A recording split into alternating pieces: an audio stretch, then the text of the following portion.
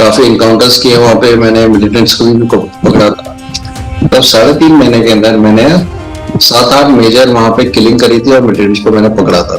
And finally you got by the grace of God Kirti Chakra से आपको award, you are awarded by president also. मेरी काफी याददाश्त भी चली गई थी उस टाइम पे, उस incident.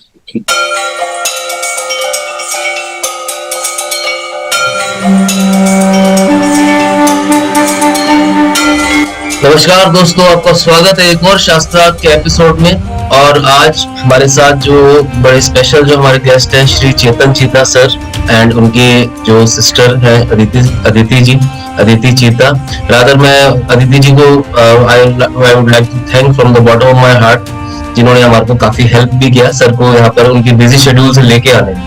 So with this note guys, मैं जो आपको बड़ी इंपॉर्टेंट कुछ इनसाइट्स पहले दे देता हूँ कि तुला लगन की सर की कुंडली है बेसिकली। और सर के बारे में अगर आपने ज्यादा जानना है, मैं तो आपको बता ही रहा हूँ, बट आप अगर नेट पे सिर्फ लिखते हैं हु इज श्री चेतन चीता जी तो आपको सब कुछ पता लगेगा। और अगर इनकी कहानी अगर मैं शॉर्ट में अगर बोलता हूँ तो that initiated basically from a incident जहां पर एक इस तरह का क्रिटिकल इंसिडेंट हुआ जहां पर 9 गोलियां, और उन्होंने उस तरह का पूरा संघर्ष जो है वो देखा है बहुत क्लोजली, और किस तरह से डेथ को टच करके ही came across and he came back. And we are thankful to God for his I would say कि जो इस तरह की जर्नी उन्होंने देखी और उसको पूरे अच्छे तरीके से सर्वाइव भी किया। So sir with this note I really welcome both of you to this episode. नमस्कार। So with this note sir, मेरा पहला क्वेश्चन आपसे ये रहेगा कि सर आपका जो फैमिली बैकग्राउंड है फॉर एग्जांपल, तो क्या वो सिविल बैकग्राउंड था? और अगर सिविल बैकग्राउंड था तो उससे आपकी जर्नी जो है आर्म फोर्सेस की तरफ, ये क्या क्या फैक्टर थे? हालांकि हॉरोस्कोप के पॉइंट ऑफ व्यू से मैं अपने ऑडियंस को, स्टूडेंट्स को क्लियर करूंगा बाद में, बट आपसे पूछना चाहूंगा सर पहले। भाटिया जी, मेरे परिवार के अंदर मेरा परिवार पूरा का पूरा सिविलियन है। मैं इकलौता पहला बंदा हूँ जो इस टाइप के जॉब के अंदर आया हूँ। एंड मेरे फादर राजस्थान के अंदर राजस्थान एडमिनिस्ट्रेशन में ऑफिसर थे। राजस्थान एडमिनिस्ट्रेटिव सर्विसेज के अंदर ऑफिसर थे। और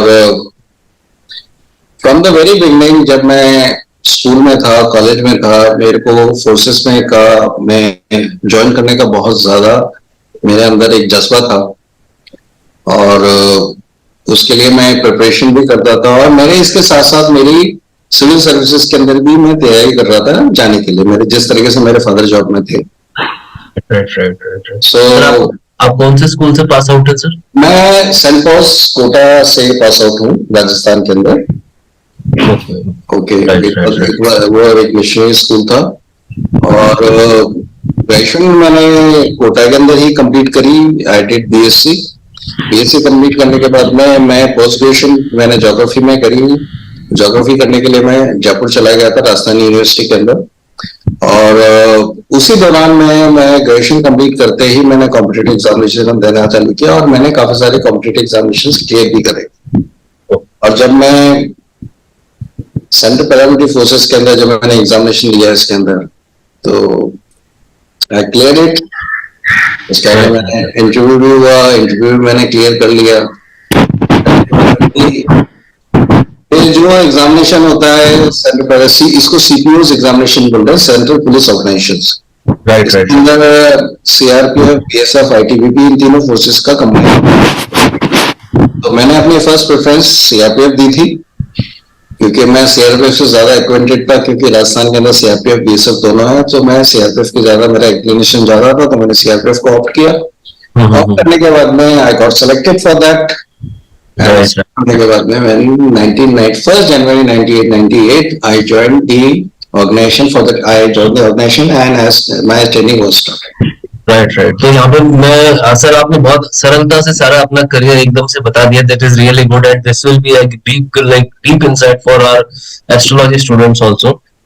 सर मैं आपसे मतलब आपने इतना क्लोजली, जैसे कहते हैं ना, सब बोलते हैं जिस तरह का इंसिडेंस आपने फेस किया। अब मैं आपसे एक चीज समझना चाह रहा था कि आपकी लाइफ में उस इंसिडेंस के बाद डाउन द लाइन आज की डेट में, it is 6-7 years almost so आपको लगता है कि कुछ स्पिरिचुअल एस्पेक्ट्स हैं जिन्होंने आपको ड्राइव किया? उसके बाद आपका जो थॉट प्रोसेस इस इंसिडेंट से पहले था, जनरली एक सोल्जर का thought yes process, yes yes, और मैं मिस्टर फिर पाटिल बाद में? में ये कहना चाहता हूँ कि मैं फ्रॉम द वेरी बिगनिंग, शुरुआत से ही मैं एक आउटडोर पर्सन था और मैं स्पोर्ट्स वगैरह में मेरा शौक बहुत था।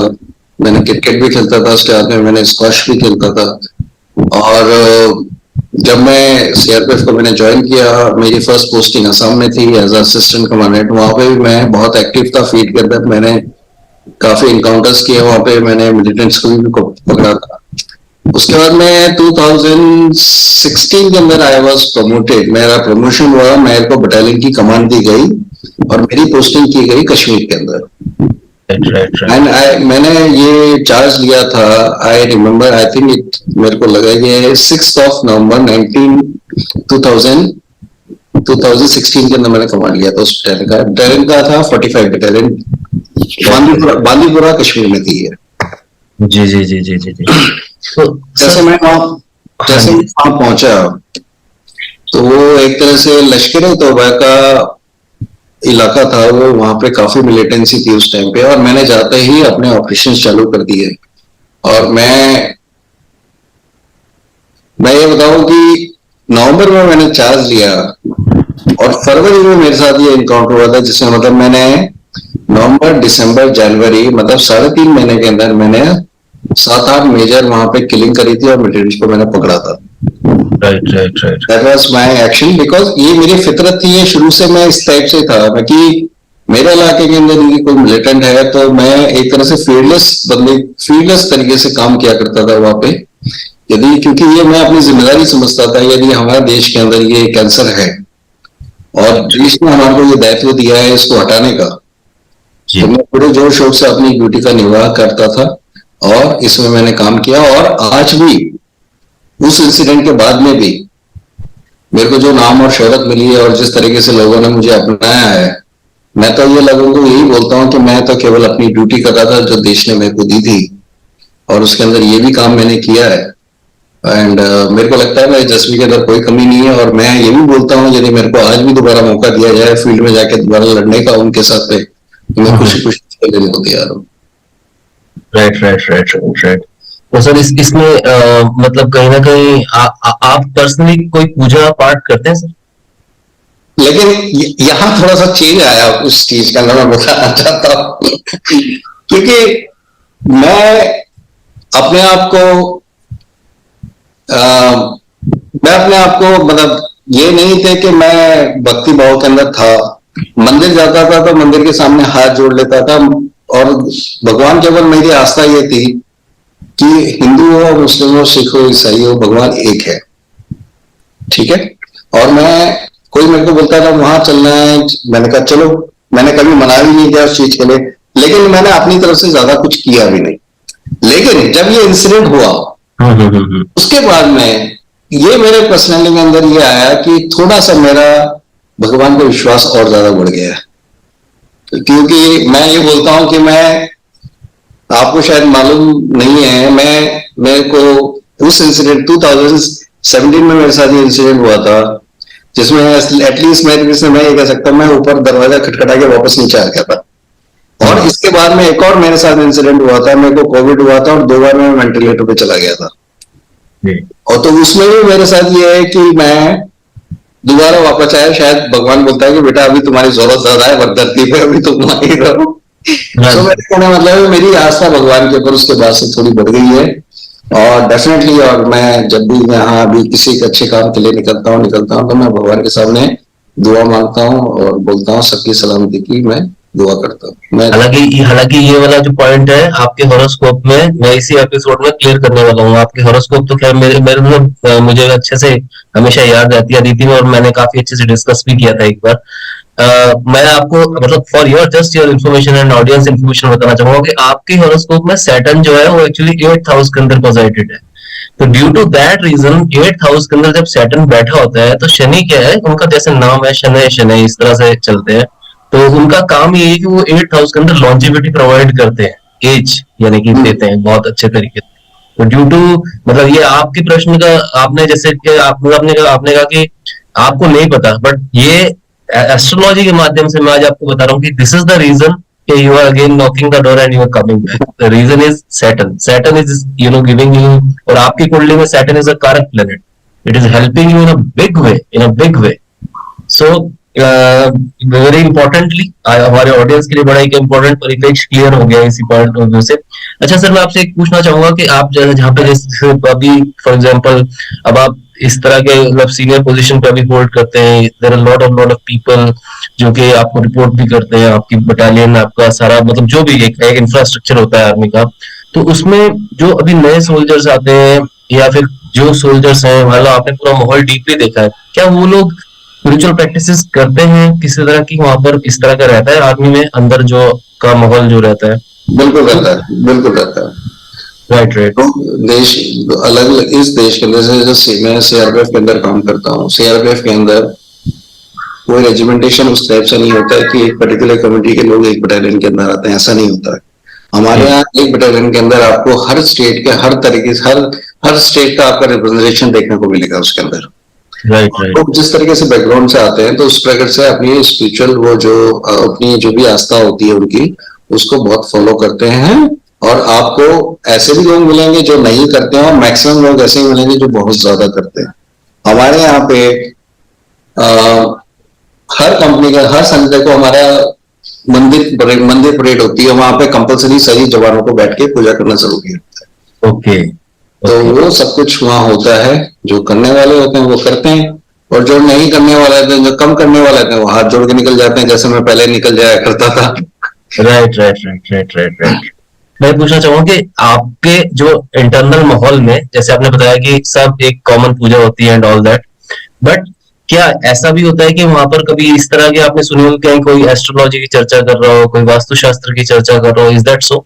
चर्चा तो नॉर्मली देखो, एक जो बटालियन और एक कंपनी के अंदर जो सीआरपीएफ और आर्मी जिसमें भी है, नाम में एक मिनी इंडिया होता है। ओके। सो उसके अंदर वहां पे चर्चा करना, सब कुछ करना, it's a very common thing और लोग करते हैं। ओके। लेकिन there is a difference in that, उसमें एक फर्क होता है। एक तो होता है कट्टरवाद, फैनेटिज्म। राइट। वो देखने को आपको नहीं मिलेगा वहां पे।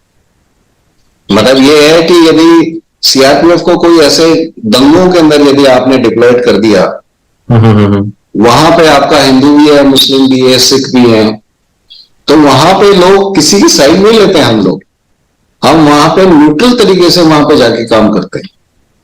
सीआरपीएफ पे इस प्रकार का लांछन कभी कोई नहीं लगा सकता है कि भाई ये कोई फैनेटिक है, भाई हिंदुओं का ज्यादा साथ दे रहे हैं या मुस्लिम का साथ दे रहे हैं, ऐसा कुछ नहीं है। Great great great. अब मैं आपसे पर्सनली पूछना चाहूंगा कि how, what is the chemistry between you and Aditi? आपकी और अदिति जी की केमिस्ट्री कैसी है? 2017 came and like I was at down bottom. So मैं भगवान के सामने खड़े होकर बस यही पूजा करती थी कि वो बस यहाँ रहे, जिंदा रहे, मुझे और कुछ नहीं चाहिए। So finally, हाँ, मैं बस रोज दिन में मेरे हर वक्त एक तो होता है भगवान के सामने खड़े होकर पूजा कर रहे हो, एक होता है आप हर वक्त यही बोल रहे हो दिमाग में, खाते में, सोते में, उठते में, बैठते में, कि मुझे और कुछ नहीं चाहिए, बस वो जिंदा रहे। राइट राइट राइट राइट, है ना? तो 2017 के बाद तो कोई एक्सपेक्टेशन है ही नहीं, बस वो जिंदा है, वो हमारे पास है, हमारे बीच है। तो now that even if I fight with him, I tell it to myself that I say to myself like मैंने भगवान से यही तो मांगा था, वो बस जिंदा रहे, तो बस that's it. Right right right right right. और सर अभी जैसे अब आपने लाइक ये सारी चीजें मतलब इन द सेंस के जो भी अभी तक की जर्नी रही, and finally you got by the grace of God Kirti Chakra से आपको award, you are awarded by president also, ठीक है सर? तो एट दैट पॉइंट मतलब आपके मन में क्या चल रहा था जब वो सारा मैंने आपका एक वीडियो, एक फुटेज देखा, मोदी जी एंड नरेंद्र मोदी जी वगैरह सब पीछे बैठे हैं and you are going there, तो obviously it's a matter of proud only, but कहीं ना कहीं एक ये रहता है कि यस उसके पीछे मेरे को कॉस्ट चुकानी पड़ी, कि ऐसे ऐसी चीजें, मतलब ऐसा कभी रिग्रेट रहता है कि हाँ कॉस्ट चुकानी पड़ी या कुछ नहीं ऐसा? नहीं नहीं नहीं नहीं सोल्जर के लिए ऐसा कभी नहीं होता ना, आई थिंक सो। नहीं, होता होगा लेकिन मेरे साथ तो मैंने कभी इस तरीके से महसूस नहीं किया। लेकिन मिस्टर भाटिया, मेरे को इस इंसिडेंट के बाद में जी। I want to be honest with you, मेरे को केवल जिंदगी में एक बार रिग्रेट हुआ था शुरू में, जब मेरे को 40 दिन के बाद में, जब मैं ऑलरेडी कोमा में था, ओके। और 40 डेज के बाद जब मेरे को होश आया था, और जब मैंने अपने आसपास, तो मेरे को मेरी काफी याददाश्त भी चली गई थी उस टाइम पे, उस इंसिडेंट। तो मैंने अपनी वाइफ से पूछा कि मेरे को क्या हुआ है और ये सब क्यों हुआ है, तो उन्होंने धीरे धीरे मुझे बताना चालू किया। मेरे को सबसे ज्यादा रिग्रेट जब हुआ था कि मेरे घर वालों ने मेरे को नहीं बताया। मैंने आपसे कहा था मेरी आंख में क्या हुआ है, मेरी आंख में पट्टी वट्टा बंधी हुई थी। Right right right. उन्होंने बोला कि छोटी मोटी चोट लगी हुई है, ठीक हो जाएगी। तो मैंने कहा ठीक है। आफ्टर फ्यू डेज वहां पे डॉक्टर्स आते थे, मेरे को ये पट्टी बंधी रहती थी हमेशा। तो एक दिन डॉक्टर से मैंने पूछा कि मेरी आंख में कितनी चोट है, क्या है, मैंने कभी देखी नहीं थी। तो उन्होंने मतलब बोला कि अब तो हम कुछ नहीं कर सकते उसके अंदर। तो मेरे को जो उन्होंने करेक्ट, मैंने ओपनली कुछ नहीं बोला, उन्होंने बस ये बोला, तो मेरे को लगा there something grave in the eye. Okay. ये जो सब लोग मुझसे छुपा रहे हैं। Right right right. तो और मेरे को उस टाइम में मैं इतना फ्रेजाइल था, मैं बाथरूम में भी जाता था तो बाथरूम का दरवाजा लॉक नहीं करते थे, क्योंकि उनको डर लगता था कि मैं बाथरूम में जाके गिर जाऊंगा किसी कारण से। तो एक दिन मेरे आसपास कोई नहीं था, मैं चुपचाप उठा और मैं बाथरूम में गया और मैंने यहाँ से पट्टी हटाई और मैं देखा अंदर कि मैंने मेरी आंख का अंदर मेरे को एक्चुअली में चोट कितनी है। जब मैं अंदर आके देखा तो मेरे को देखा तो मैं उसके अंदर आंख में मेरा कुछ भी नहीं था। इट वॉज ऑल हॉल, वो जो आपका ग्लोब होता है व्हाइट वाला, ये कुछ भी नहीं था, खाली था ये। Right right right. I came back and I was very down and I asked my family and friends, मुझे सच सच बताओ कि मेरी आंख में हुआ क्या है। Then they told me कि Chetan, you lost your eye and it will not be replaced, क्योंकि ऑप्टिकल नर्व वगैरह टूट गई है, सब कुछ है, और कंप्लीट आई रिप्लेसमेंट आज की डेट के अंदर वर्ल्ड के अंदर कहीं भी नहीं होता है। So that was the first time when I felt very regretted that I lost my eye in this incident. Otherwise, यदि आप उस इंसिडेंट के बाद की बात करें तो अभी मैं जैसे ये हाथ है, मैं हाथ के अंदर मुट्ठी नहीं बांध पाता हूँ, और ये हाथ में मेरे यहाँ गोली लगी तो हाथ मेरा मुंह तक नहीं आता है ये। लेकिन मेरे को जिंदगी में वो चीज रिग्रेट नहीं है कभी, क्योंकि मैंने लाइन ऑफ ड्यूटी के अंदर मैंने अपने आप को जो भी मैंने सेक्रीफाइस किया है, and I am very proud of that. Right right right. Very proud of that.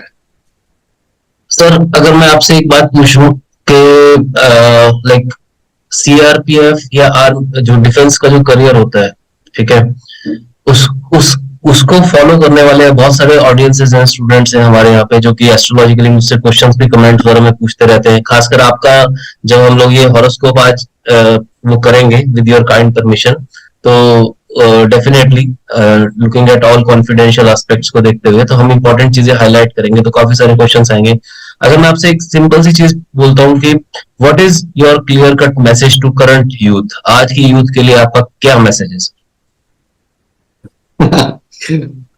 आपने जो क्वेश्चन मेरे से पूछा है, ये मेरे से कई बार पूछा गया है आपके स्टाइल में, बिल्कुल आपके स्टाइल में, मेरे साथ पूछा गया है। Yes sir. एंड मेरा सभी को एक ही वो है, ये पहली बार फोर्सेस की जो जॉब है वो नौकरी नहीं है, वो एक जज्बा है।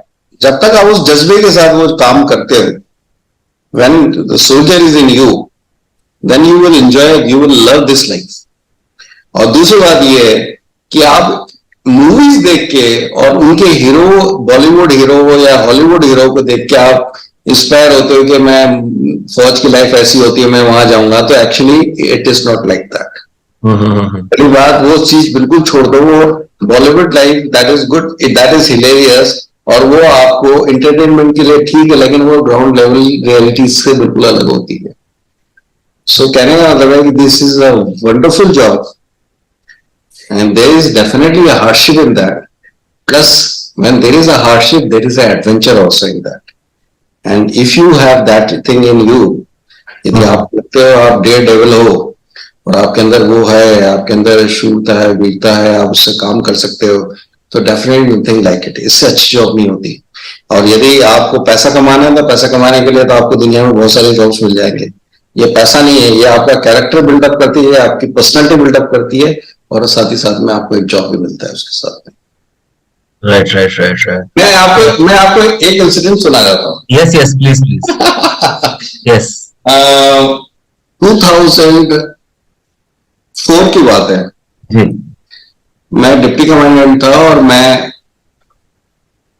सोनमर्ग में के पास में एक लोकेशन है गुंड करके, वहां पे मैं पोस्टेड था. और उस टाइम 2004 के अंदर कश्मीर के अंदर फिदायन अटैक्स बहुत ज्यादा चल रहे थे.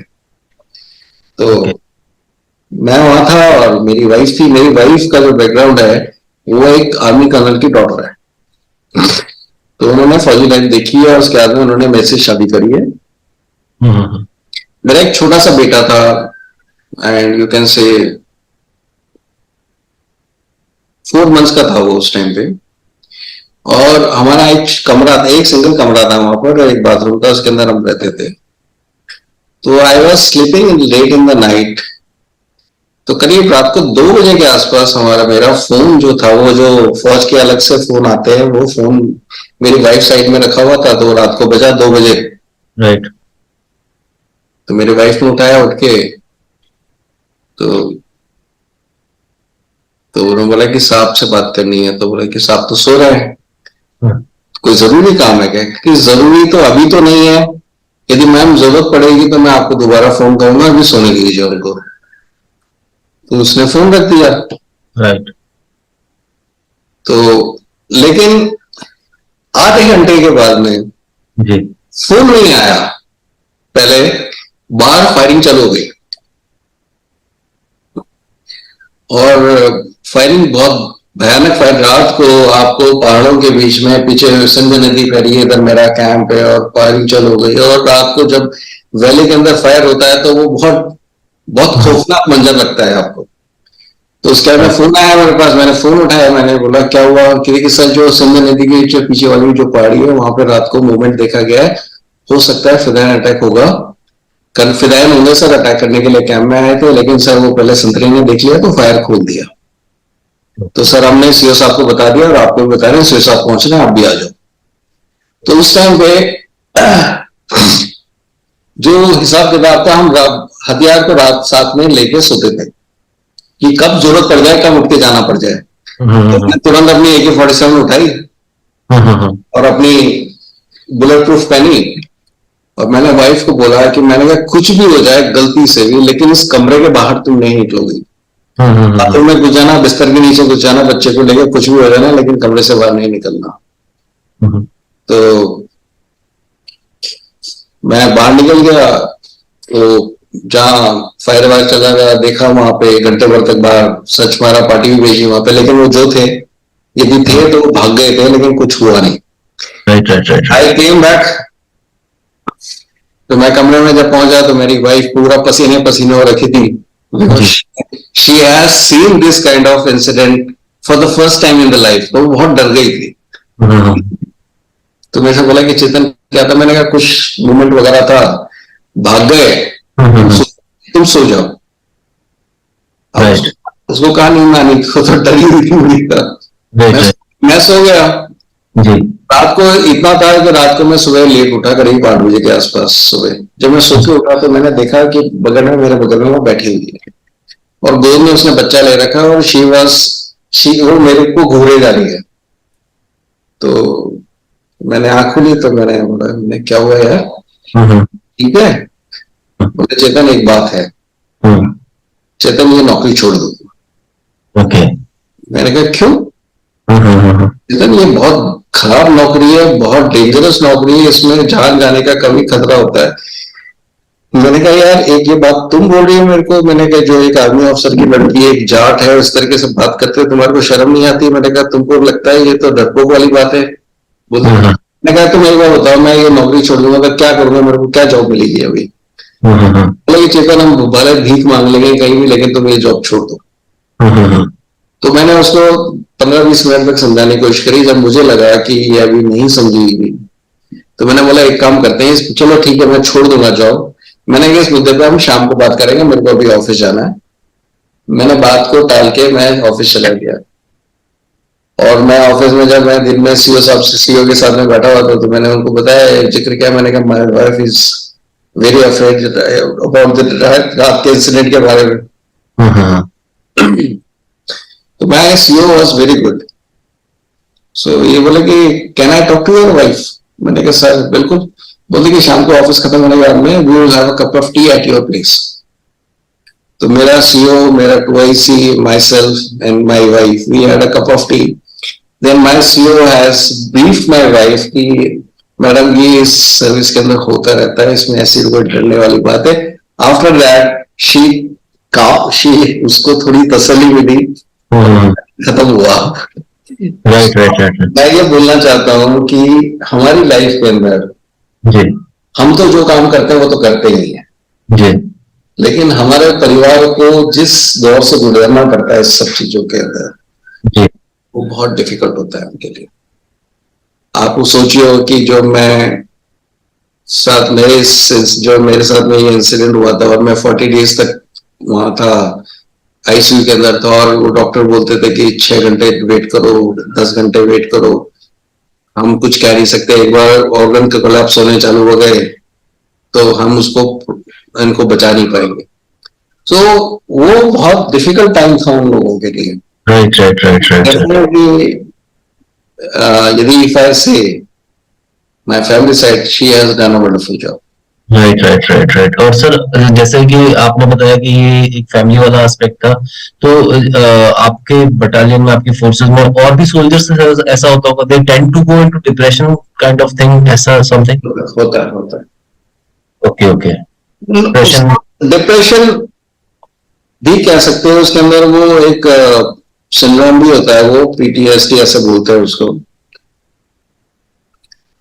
लेकिन fact is that over the period of time, जो हमारी लाइफस्टाइल है, जिस तरीके से हम काम करते हैं, और मैं अकेला काम नहीं कर रहा हूँ, ये मेरे साथ में एक कंपनी के अंदर हमारे 135 आदमी होते हैं।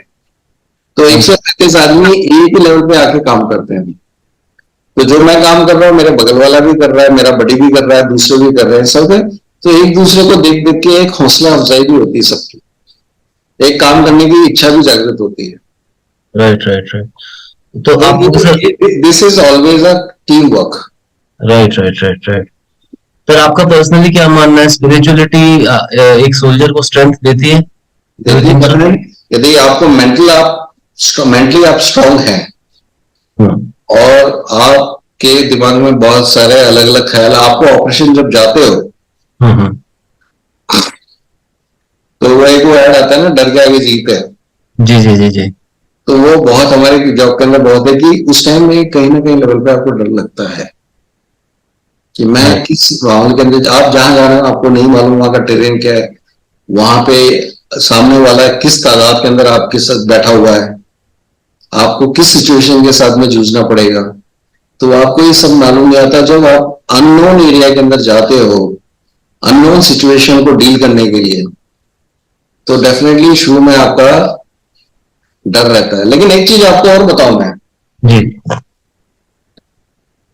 जब आप हीट ऑफ द मोमेंट में होते हो, जब गाय में फायरिंग चल रही होती है, गोलियां चल रही होती है, जब उसके अंदर आप बैठे होते हो, जब आप वहां सिचुएशन को डील कर रहे होते हो, तो डर नहीं होता उस टाइम। जी जी जी, समझ रहा हूँ। डर नहीं होता।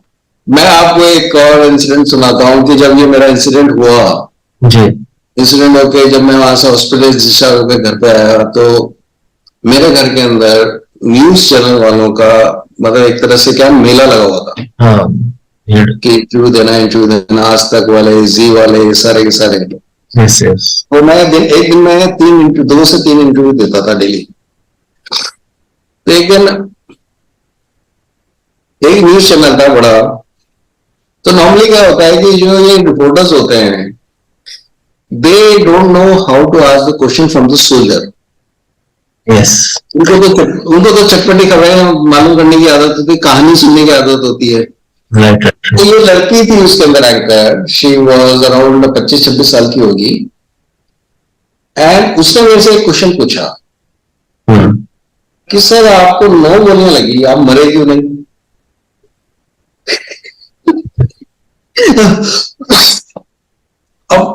अब बताओ मैं इस क्वेश्चन का क्या जवाब दूंगा?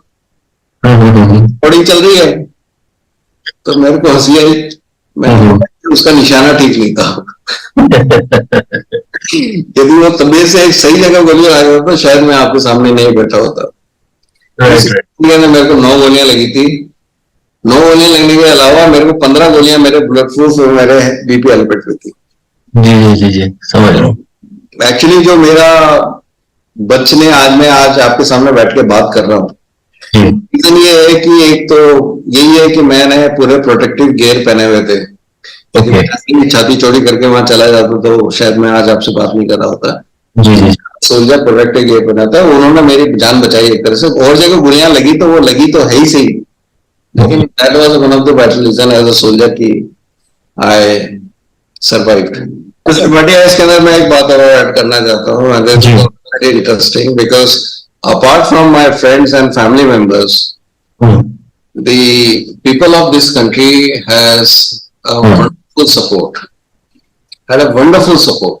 And जब मैं हॉस्पिटल डिस्चार्ज हुआ ना, मैं उसी दिन की बात करता हूँ जिस दिन मेरा इंसिडेंट हुआ था। मेरा प्रमोशन हुआ था, प्रमोशन मेरा अक्टूबर के अंदर हुआ था, एंड उस टाइम मेरे बच्चों का सेशन चला था। उस टाइम मैं दिल्ली में पोस्टेड था। तो मिड सेशन के अंदर बच्चों को लेके जाना कश्मीर था, तो मैंने फैमिली को यहीं दिल्ली में ही छोड़ दिया था। मैं वहां पे बांदीपुरा कश्मीर के अंदर अकेला ही गया था। तो मेरा ये ऑपरेशन था वैलेंटाइंस डे 2017 को, 14 फरवरी को। राइट। और 13 तारीख को हमारे को रात को इंफॉर्मेशन मिल गई थी कि यहाँ इस गांव के अंदर, इस कस्बे के अंदर यहाँ पे मिलिटेंट आएंगे, रात को रुकेंगे। तो हमने, आर्मी ने और पुलिस ने, सिविल पुलिस ने, तीनों ने मिलकर ज्वाइंट ऑपरेशन किया था। राइट। तो नॉर्मली जब ऑपरेशन करते हैं तो मैं अपने घर में बताता नहीं था कि मैं ऑपरेशन के लिए जा रहा हूँ, क्योंकि वो परेशान हो जाते हैं। तो उस दिन ऐसा जाने क्या हुआ, मैंने अपनी वाइफ को बोला, रात को 10 बजे आसपास मैंने फोन किया। मैंने उसको बोला कि उमा, मैं एक सुबह बहुत इंपॉर्टेंट ऑपरेशन के लिए जा रहा हूँ, विश में गुड लक। उधर से कोई जवाब नहीं आया, क्योंकि वो थी गुस्सा। तो उसने मेरे को बोला कि चेतन, अब तो तुम कमांडेंट बन गए हो और तुम अभी भी मतलब यंग ऑफिसर्स की तरह, बंदरों की तरह जम मार के ऑपरेशंस करने जाते हो। मैंने कहा यार, कमांडेंट ऑपरेशन में जाता है, इसका मतलब ये थोड़ी कि राजाओं की तरह मैं तलवार लेके सबसे आगे दौड़ूंगा। मैं वहां जाता हूँ, देखता हूँ, मैनेज करता हूँ, चीजें सब कुछ ठीक ठाक चल रही है। No, there was nothing as such. उसने फोन रख दिया, उसने मेरे से बात नहीं करी। My operation was 5 o'clock in the morning. So I proceeded with the operation. 5:30 बजे मुझे गोली लग गई। और 5:30 बजे मुझे गोली लग गई। मेरे को वहां से ही एयरलिफ्ट करके चॉपर में मेरे को ले गए थे आर्मी बेस हॉस्पिटल के अंदर ट्रीटमेंट के लिए। राइट। सुबह 8 बजे तक मेरे घर में मालूम नहीं था मुझे गोली लग गई है। ओके। तो 8 बजे मेरी वाइफ को बताया कि चेतन को इंजरी हो चुकी है एंड ही इज सीरियस, और अभी उसका ट्रीटमेंट चल रहा है। Now the fact is that कि मुझे ऑपरेशन साइट से ही चॉपर में लेके चले गए थे। किसी को ये नहीं मालूम था कितनी गोली लगी है, कहाँ का लगी है और क्या है, बस ये मालूम था कंडीशन इज सीरियस। जी। उमर, मेरी वाइफ ने, एज यूजुअल होता है, मेरे वहां कहीं मेरे बैचमेट्स वगैरह को फोन किया कि चेतन की कंडीशन, कोई कुछ बताने को तैयार नहीं था। उसको ये लगने लग गया था कि आई एम नो मोर, चेतन की डेथ हो गई और ये लोग मुझे पूरी बात बता नहीं रहे। तो 11 बजे उसने बोला कि मुझे कश्मीर जाना है, श्रीनगर जाना है, तुरंत मेरा एयर रिजर्वेशन कराओ। तो चेक कराया तो मालूम पड़ा कि 1:30 बजे की एक फ्लाइट है गो एयर की, और उसके अंदर सीट्स अवेलेबल नहीं है, फुल हो चुकी है वो। इंसिस्टेड कि मुझे एयरपोर्ट जाना है, तुरंत मुझे लेके जाओ। ओनली एयरपोर्ट में के रास्ते में उसने अपने 2-3 फ्रेंड्स को फोन किया जो एयरलाइंस बिजनेस में से कोई पायलट था कोई था कि चेतन के साथ ऐसा इंसिडेंट हो चुका है और उसका मेरे को सीट्स नहीं मिल रही, यदि तुम्हारा कोई इन्फ्लुएंस हो तो मुझे सीट्स अवेलेबल करवा दो. When she went to the airport, she got one phone call from someone on her mobile number. उसका नंबर वो बहुत वीआईपी नंबर था और वो नंबर मोबाइल के ऊपर सेव ही नहीं हुआ. Okay. और उस बंदे ने मेरी वाइफ से ये पूछा कि मैडम आप उमा सिंह बोल रही हैं, आप कश्मीर में क्यों जाना चाहती है? तो उसने बताया मेरा हस्बैंड सीआरपीएफ में कमांडेंट है, उनका इनकाउंटर हुआ है, मैं इनकी कंडीशन ठीक नहीं है, मैं मिलने जाना चाहता हूँ. तो बोले मैडम, तो बोले कि दिक्कत क्या आ रही है? तो बोले कि ये फ्लाइट है 1:30 बजे की, ये फुल हो गई, मेरे को सीट नहीं मिल रही है इसके अंदर. तो उसने बोला कि मैम चिंता मत कीजिए, आप उस फ्लाइट के अंदर आप बैठ के जाएंगे. तो फिर मेरी वाइफ ने दोबारा उसको बोला कि ये फ्लाइट सील हो गई है और ये टैक्सी होके एयर स्ट्रिप पे जा रही है और कैसे होगा? तो उसने बंदे ने बोला कि मैडम आप चिंता मत कीजिए, आपके हस्बैंड सोल्जर हैं, यदि फ्लाइट उड़ भी जाते हैं तो मैं वापस उतार के आपको बिठा के भेजूंगा उसके अंदर. और उस बंदे ने फ्लाइट रुकवा दी और वो अंदर गई. एक बंदा आया दौड़ के, उसको बॉडी कार्ड दिया, एक इनोवा बिठा के उसको इमरजेंसी अलार्म लगा के प्लेन में बिठाया. Right right right. वो टिकट आज तक हमें नहीं मालूम उसका पेमेंट किसने किया है. और फिर वो वहां पे गई कश्मीर के अंदर और एयरपोर्ट पे ही थी क्योंकि लोगों ने बोला कि उसका ऑपरेशन चल रहा है और शाम को उसको एयरपोर्ट से बाय बाय एयर एम्बुलेंस से वापस दिल्ली लेके आएंगे एम्स के अंदर. और वो चौपर में आके मेरे से मिली. That was another story. People helped a lot in that. Right right right. नहीं एक्चुअली मैं इसमें यहाँ पर एक चीज थोड़ी सी ऐड करना चाहूंगा. मेरा थोड़ा सा mind set bar bar because आप जो ये बातें बोल रहे हैं ना, मैं कहीं ना कहीं उनको प्लैनेट्स के साथ अलाइन करके देख पा रहा हूँ सारी चीजों को.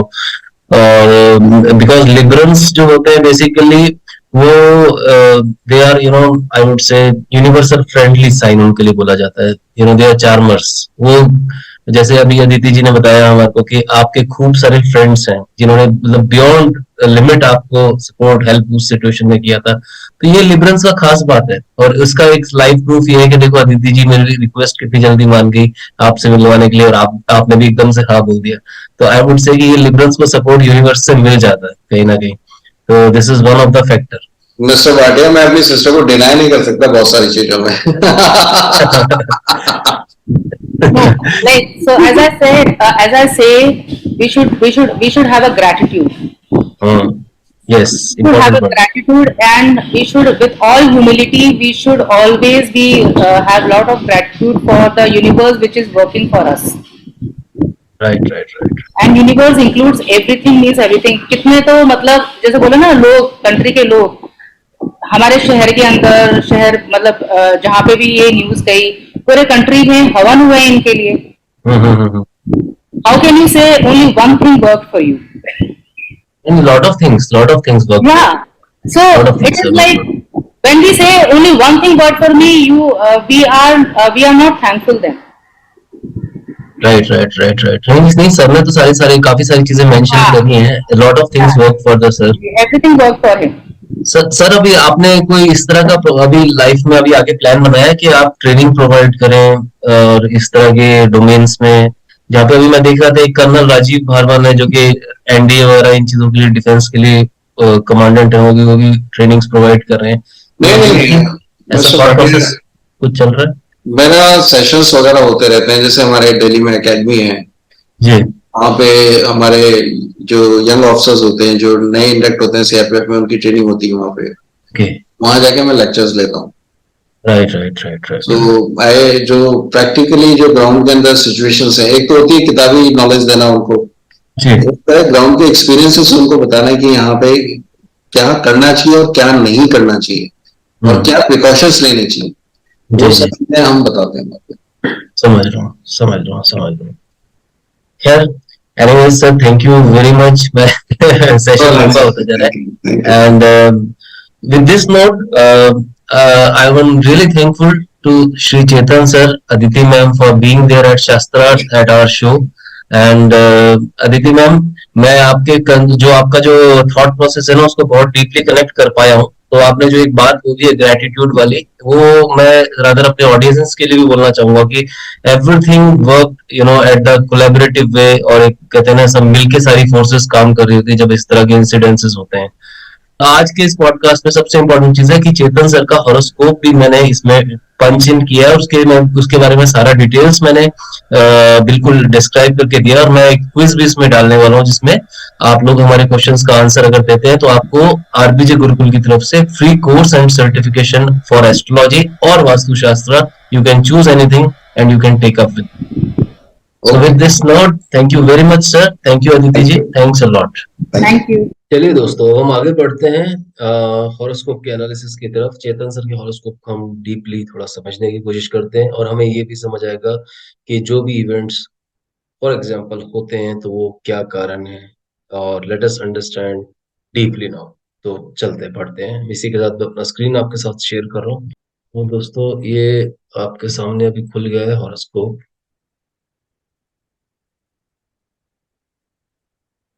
आई होप आपको मेरा स्क्रीन नजर आ रहा होगा। तो इसी के साथ अब हम ध्यान से समझते हैं सारी चीजों। देखिए, बेसिकली ये तुला लगन की कुंडली है, ठीक है। अब इस तुला लगन की कुंडली के अंदर हमारे को एक समझने वाली बातें हैं। मतलब देखिए क्या होता है ना, कि जैसे आपको बेसिक्स के अंदर समझाया जाता है कि प्लैनेट्स जो है बेसिकली दो ग्रुप्स के अंदर काम करते हैं। और वो क्यों है ऐसा, कि जो उनका जो आइडियोलॉजी या फिर उनका जो पूरा का पूरा वर्किंग पैटर्न और उनकी जो शैली है काम करने की, वो बिल्कुल अलग है। और सबसे इम्पोर्टेंट चीज है कि शुक्र एक जो टीम है उनको लीड करते हैं, और एक टीम को गुरु लीड करते हैं। अब यहाँ पर तुला लगन की कुंडली होने के कारण व्हाट हैपन, आप ये समझिए कि एक तो मंगल का जो है काफी इंपॉर्टेंट रोल हमें चार्ट के अंदर, लगन चार्ट के अंदर नजर आ रहा है, ठीक है। नवमांशा की पॉइंट ऑफ व्यू से, या अभी मतलब अगर देखें तो और भी कई सारे पॉइंट ऑफ व्यू हैं जिनकी मतलब पॉइंट ऑफ व्यू से हम देख सकते हैं। मगर अभी हम जो बातचीत कर रहे हैं लगन के थ्रू कर रहे हैं, और नक्षत्रास को भी अभी अपना बेस हम नहीं बना रहे हैं। बट हम आपको लगन के थ्रू ही ये समझाना चाह रहे हैं कि how at the very surface level किस तरह से हमें चीजें दिख रही हैं, ठीक है। अब समझते हैं ध्यान से कि मंगल जो है लगन के अंदर पड़े, और मंगल आप जानते हैं कि जैसे कि मंगल जो है बेसिकली एक तरह से इस हॉरोस्कोप के अंदर इस पूरे हॉरोस्कोप को चार्ट को सपोर्ट नहीं करता। एज वेल एज मंगल की आप पोजीशन देखिए। मंगल जो है कहीं ना कहीं एक तरह से हम देखेंगे तो लगन के अंदर बैठे हैं, ठीक है।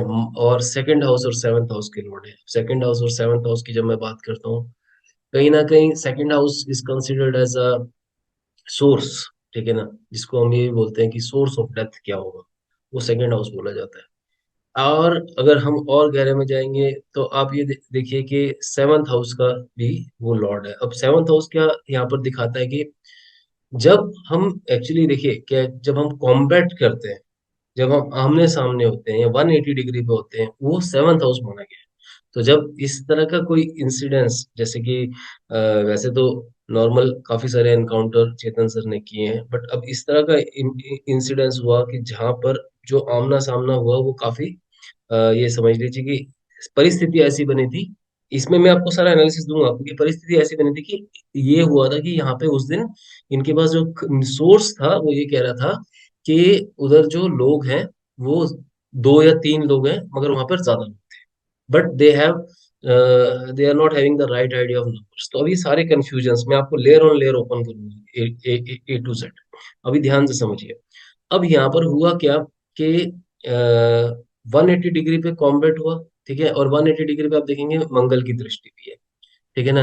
On the top of that थोड़ा सा और गहरे में चीजों को समझते हैं। जैसे कि चेतन सर ने हमारे को एक बात और बोली थी कि with after that 14 Feb incidents जो जो 2017 में हुआ था, उसके बाद दो बार वो और कोरोना के टाइम पे भी ही faced ICU and ventilator due to you know critical conditions. और वहां से भी वो कह रहे थे कि मैं लौट के आया, ठीक है ना। But now we have to understand one thing, कि बार बार यदि देखिए अक्सर हम बोलते हैं कि सैटर्न अगर अच्छा हो, एट्थ हाउस में हो, तो बड़े शुभ रिजल्ट होता है, ऐसा बोला जाता है। ये जनरली हम सब ने सुना हुआ है, एस्ट्रोलॉजी की जितनी भी स्टूडेंट कम्युनिटी है। अब यहाँ पर ये समझिए कि सैटर्न अगर लॉजिकली अच्छा है तो कैसे वो अपना काम कर रहा है, इसको समझना है यहाँ पे। इसको आप ध्यान से देखेंगे तो हमें ये समझ आएगा कि एट्थ हाउस में जब सैटर्न बैठा, और क्योंकि एट्थ हाउस जो है मृत्यु तुल्य कष्ट या मृत्यु, आप इस तरह से बोल सकते हैं क्योंकि ये शमशान का हाउस भी है, तो यहाँ पर उसने पूरे मृत्यु के प्रोसेस को इतना स्लो कर दिया, ठीक है ना।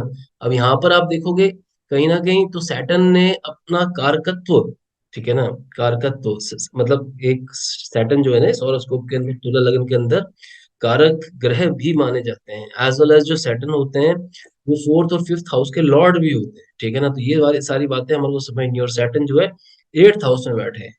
तो कहीं ना कहीं उन्होंने, आप देखिए कि किस तरह से ही just knock the door and came back, मतलब एक डेथ को छू के वापस आना। तो ये सारी चीजें, चलिए थोड़ा सा और आगे बढ़ाता हूँ चीजों को। अब जैसे कि आप यहाँ पर डिग्रीज सारी नोट कर लीजिए, आपको वृद्धावस्था, युवावस्था वो आपको पता लग जाएंगी इनकी, ठीक है ना। जैसे कि 0 से 8, फिर 8 से 21, और या 22 ले लीजिए, और 22 से फिर 30 तक का ले लीजिए। तो ये डिग्रीज नोट कीजिए, आपको प्लैनेट्स के बल यहाँ पे समझ आएंगे।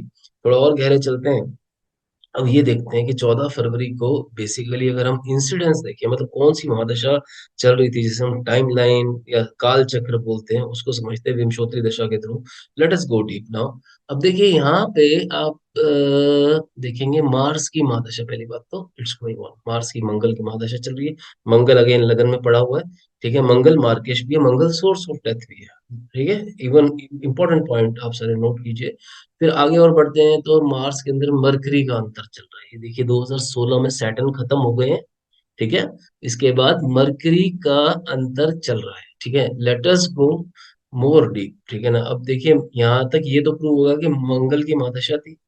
बुध जो है, ठीक है, यहाँ पर आप देखिए बुध की आगे प्रत्यंतर है, ठीक है, अंतर, सॉरी अंतरदशा है। एंड फर्दर अब मैं और जाता हूँ, अगर मैं गहरे में आपको मैं एक चीज और दिखाना चाहूंगा, गो डीपर। तो ये देखिए मैंने एक चार्ट और निकाल के रखा है, उम्मीद करता हूँ आपको दिख रहा होगा, ठीक है।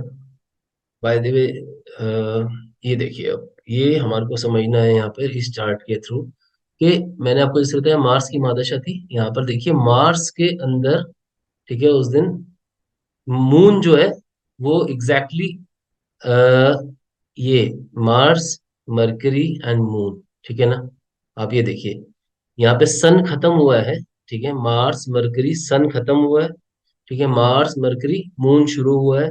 एंड इंसिडेंस टुक प्लेस, कब इंसिडेंस हुआ है आप ध्यान से समझिएगा, कि 14 फरवरी 2017, डेट को नोट कीजिए एक बार। अभी एक बार फिर से वापस चलते हैं। अब मैं एक बार एक चार्ट आपके सामने और खोलना चाहूंगा, जिससे कि आपको और क्लैरिटी मिले। उम्मीद करता हूँ दोस्तों आपको मेरी स्क्रीन दिख रही होगी, ठीक है। देखिए यहाँ पे अब सबसे इम्पोर्टेंट चीज ये देखिए कि यहाँ पे जो फेज चल रहा है वो चल रहा है Mars, mercury, moon and Saturn, ठीक है ना। तो यहाँ पे अगर हम बहुत गौर से देखेंगे तो पूरा का पूरा जो एक ये आप देख रहे हैं 5 दिन का जो एक स्पेसिफिकली गैप है, 11 फरवरी से लेकर 2017 के से लेकर ये 16 फरवरी 2017 तक। अब यहाँ पर समझने वाली बात ये है कि दोस्तों हमें ये देखना है कि सैटर्न ने किस तरह से अपना रोल प्ले किया है। सैटर्न ने एंड ऑफ द डे एक तो लॉन्जेविटी प्रोवाइड करी। सैटर्न, आप ये भी पूछ सकते हैं कि सैटर्न ने बेसिकली इवेंट को क्यों नहीं डाला। बिकॉज इवेंट इसलिए नहीं डाला क्योंकि महादशा जो थी मंगल की थी, तो Mangal here was playing his it's own critical role, जो उसने क्रिटिकल पूरी अवस्था पूरी कर दी। ब्लड शेड हो गया, काफी सारा खून निकल गया। तो इन चीजों को हमारे को देखना पड़ेगा। तो मार्स जो है वो प्रोमिनेंट था। फिर फर्दर अगर हम बहुत डीप में जाएंगे तो मरकरी कम्स। मरकरी की हम जब बात करते हैं तो आप ये देखिए कि 12वें घर का लॉर्ड है मरकरी। इसका मतलब वो घर से दूर थे, ठीक है ना। जो इंसिडेंस हुआ वो घर से दूर हुआ, ठीक है ना। अब 9वें घर का लॉर्ड भी है मरकरी। यहाँ पे देखिए he got the support of Fortune, इनको अपने भाग्य का जो है साथ यहाँ पर मिला, ठीक है ना। फर्दर चलते हैं, थोड़ा सा और डीप जाते हैं। अगर आप देखेंगे तो चंद्रमा आता है। नाउ वी टॉक अबाउट चंद्रमा। तो चंद्रमा को समझेंगे तो कर्म भूमि, लिब्रा लगन के अंदर बेसिकली चंद्रमा 10th हाउस को रिप्रेजेंट करते हैं। तो वहां पर एक जो अभी जो भी मतलब एक पूरा इवेंट हुआ उसमें इनके इमोशंस भी इन्वॉल्व थे। दूसरा, वो अपने कर्म अपनी मतलब कर्म भूमि पे थे जब ये इंसिडेंट्स हुआ, ठीक है ना। और अब सैटर्न को मैंने आपको जैसे पहले ही बताया, सैटर्न ने अपना रोल लेटर प्ले किया है, लेटर के अंदर जाके आई मीन टू से कि लॉन्जिविटी प्रोवाइड करी है सैटर्न ने, ठीक है ना। एज वेल एज जिस तरह की मैंने बताया कि दो इंसिडेंसेस और भी हुए हैं कोरोना के टाइम पे, दो बार 2 टाइम्स मतलब सरफेस्ड बेसिकली दिस पर्टिकुलर थिंग। तो यहाँ पर सैटर्न ने फिर से अपना रोल प्ले कर रखा है। तो ये सारी चीजें समझने वाली है कि वो जो ये 5 दिन का जो गैप है, ठीक है ना, क्योंकि ये गैप देखिए यहाँ पे खत्म हो जाएगा, सैटर्न जैसे ही जाएगा वो खत्म हो जाएगा, ठीक है ना। We have to understand this thing, ठीक है ना। तो somehow Saturn played its role, और फिर से उसके बाद फिर से मरकरी आ जाएगा। तो जो आगे के जो दिन बीते थे, 14 फरवरी को इंसिडेंस हुआ, उसके बाद आगे के 2 दिन जो they were very dangerous, they were very critical. फिर विष योग क्रिएट हुआ, चंद्रमा में शनि का अंतर, अगेन इट क्रिएट्स अ विष योग काइंड ऑफ थिंग। एक इम्पैक्ट आ जाता है, पूरा योग नहीं हुआ बट इम्पैक्ट आता है उस चीज का। तो दोस्तों ये एक छोटा सा एनालिसिस था हमारी तरफ से। मतलब मुझे ऐसा लगा कि मैं आपको डीप में ये सारी चीजें समझाऊं। और ये आप ये देखिए कि किस तरह से विंशोत्तरी दशा के अंदर इवेंट्स ट्रिगर हो रहे हैं, a series of events is getting triggered side by side. आप देखिए कि कहाँ पे लाइक यू नो मंगल एक तरह से मिलिट्री वॉरफेयर युद्ध के अंदर, फिर मरकरी का रोल आया, भाग्य का सपोर्ट एंड लैंड फॉरेन मतलब एक तरह से अपने घर से दूर, ठीक है। देन चंद्रमा कम्स, कर्म भूमि, सैटर्न कम्स फर्दर। तो ये सारा एनालिसिस आपके सामने है दोस्तों। ये एक छोटा सा एनालिसिस था from our point of view, but इसमें मैं ये बोलना चाहूंगा कि आपका पॉइंट ऑफ व्यू भी बहुत इंपॉर्टेंट है। और हम चाहेंगे कि because there are lot of audiences जो हमारे इस चैनल को देखते हैं, तो और कई मतलब लोग ऐसे हैं जो इसको देख के पढ़ते भी हैं। तो अगर आपका पॉइंट ऑफ व्यू है, जो ये आपको एनालिसिस मैंने दिया है, ये आपको कैसा लग रहा है, क्या समझ आ रहा है। और इसमें अगर मैं आपसे पूछूं, मेरा पहला क्वेश्चन आपसे होगा, क्या आपको लगता है कि मंगल ने अपना रोल क्रिटिकली प्ले किया है? क्या मंगल वास्तव में एक तरह से इस तरह का ग्रह है जो कि तुला लगन वालों को अक्सर मुसीबत में डाल देता है? तो इसमें आपका क्या उत्तर होगा, आप बताइए। और दूसरा मेरा क्वेश्चन आपसे ये होगा कि जो ये महादशा का क्रम था, इस क्रम को जो मैंने आपको जो पूरी बातें समझाई, ये जो इवेंट्स थे, इसमें आपकी क्या विवेचना है? अगर मैं आपसे पूछूं कि आपका क्या एनालिसिस है, अगर आप हमारे को 2 3 5 लाइनों में या 10 लाइनों में लिख के एक कमेंट के तौर पे बताना चाहें, तो अपना पूरा एनालिसिस बताइए, so that we can have a fair idea about your knowledge also, and as well as we can understand your thought process also. So दोस्तों, ये था हमारा आज का शास्त्रार्थ। और कोई भी किसी भी तरह का अगर आपके प्रश्न है, तो definitely you are most welcome to write in the comments. और अब हम लोग मिलते हैं नेक्स्ट एपिसोड में। बहुत बहुत धन्यवाद दोस्तों। हरे कृष्णा।